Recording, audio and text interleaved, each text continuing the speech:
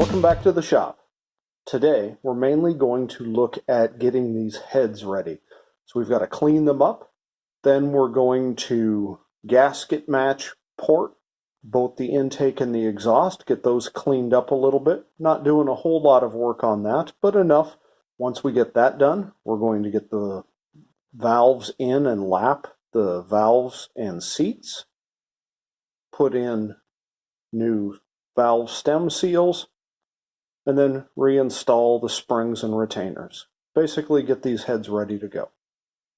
So let's get started.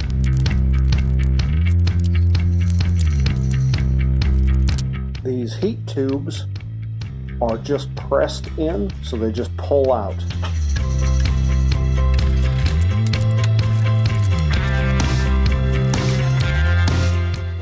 We'll save these, clean them up so we can put them back in.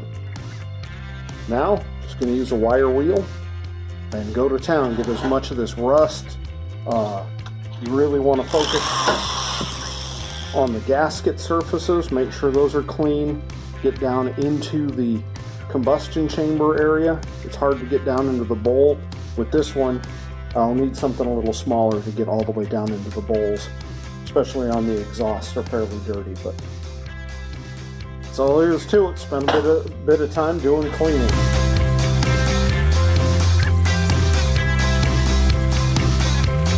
You get the idea. I'm going to stop the video here, get them both cleaned up, and then I'll come back. Alright, now that we've got the head cleaned up, I want to do a little bit of work in the pockets of all these valves. Find it handy to have some rasps here. A few different types. This is kind of the one that is the go-to. Allows me to get down in there. You can use a right angle die grinder. You could use a straight one. You can probably get by with using a Dremel tool. There's lots of tools. Basically, you just need a nice tough rasp though. So if you look at what we're trying to accomplish, look at the bowl in here. This, from the factory, there are always all sorts of casting imperfections. And so there's a bunch of crud down in there. That's just metal slag. This is on an intake port, so we're going to get some swirl and some sort of resistance to just flow in general. You can see we've got some up in here.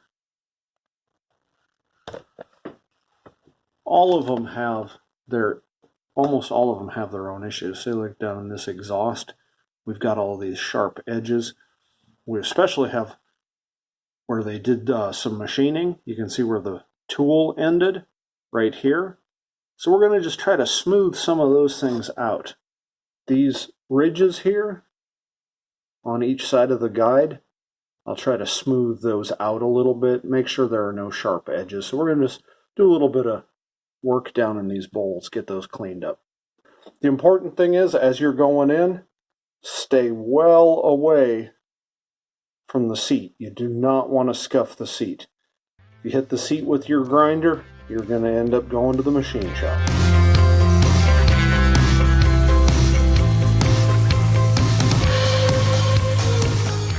On these exhaust ports, again, all we're trying to do is smooth out the flow. We're not trying to get super, high flow because we don't have any way to test it. And really, we're not pushing out that much horsepower. We just want to improve the factory flaws. So you can see right here, we've got a big chunk of iron in there. You just want to go around all of these edges. You can see there's a little bit of a ridge sticking into the port here. We want to go around all of these and just clean them up, remove any sharp edges. These ones aren't too bad. You can see over here we've got a chunk that's sticking out again. So we just want to get in, remove all the sharp edges and any casting flaws that you run across. Not trying to take a ton out, just kind of smooth them up. And here you go. You can see I've removed that slag that was in here, kind of beveled these out. Remember, this is an exhaust, so the gases are coming from here through, right? So we just want to have edges that aren't catching it. It's pretty smooth. Took a little bit out of there. You can see it didn't do anything crazy, because again, I don't have a flow bench and we're not looking for super high performance. We're just attempting to get any of the manufacturer flaws, any of the stuff from the factory cleaned up so that it works a little bit better. So the place where this porting work really makes the biggest difference is on these intakes. Remember, air is coming from the manifold into the head right here. And so if the opening on the manifold is larger, let's say that the manifold surface is like this. If we have a larger opening on the intake than on the head, air comes in and it just hits this like a dam, just smacks right into it and bounces back or has to curve around. So what you want is you want all of these edges to come from the intake manifold smoothly in. So what we'll do is what's called a gasket match port. We take an intake gasket, lay it on here, we'll smooth these out to the cutouts in the gasket, and then we'll take the same gasket and do the same on the intake manifold. Make sure that everything is nice and smooth and even. So here's a good example. You can see up in this corner on both, if the intake manifold, if its openings are the same as this gasket, the air coming through is going to hit that edge and effectively bounce back. So we just want to taper them or bevel them in so that the air coming in doesn't smack into it like a wall. It glances off of it and goes into that intake runner.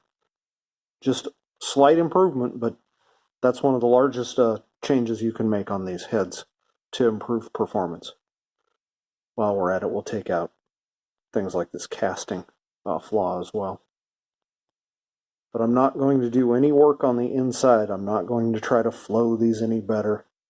I'm just going to do these edges to bring them to the same size as the gasket. So if you're a little wiser than me, you will have kept your intake gaskets for when you pulled apart the engine. Unfortunately, I wasn't so smart, so I've got to use a new gasket to mark these ports. And the reason you want to use an old one is because you're going to use paint to mark these. So basically, we're going to put the gasket on here.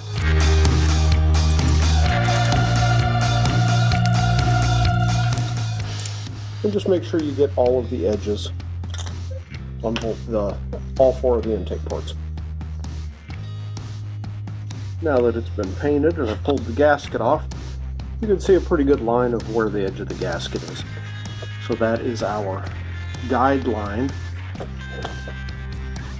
for where we want to taper this thing out. So there's not a lot of grinding to do, but that's how far we want to come out. Then we'll use the same gasket on the intake so that they match exactly.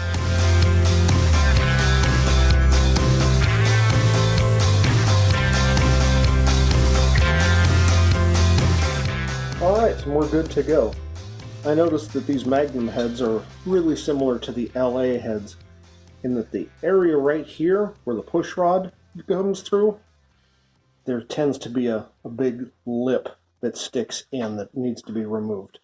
The inside here isn't too bad, but boy, you can take quite a bit of meat out of these outside edges. But you can see, there's a good example here. You can see where the primer still is, and you can kind of see where I've come up with the grinder. This was a run on the paint here in these corners, but you can see I've pretty much removed the metal all the way to where the paint was on all these ports. And again, you can see where I was removing material because it removed that primer. All right, so this head is ported. Really the next thing I'm going to do is I'm going to finish cleaning it up and then we'll reassemble. Reassembly takes a little while, so we'll do that in a second video. So as far as getting the metal prepped on this head, this one is done. I still have to do the other one, but that's it. Thanks for watching.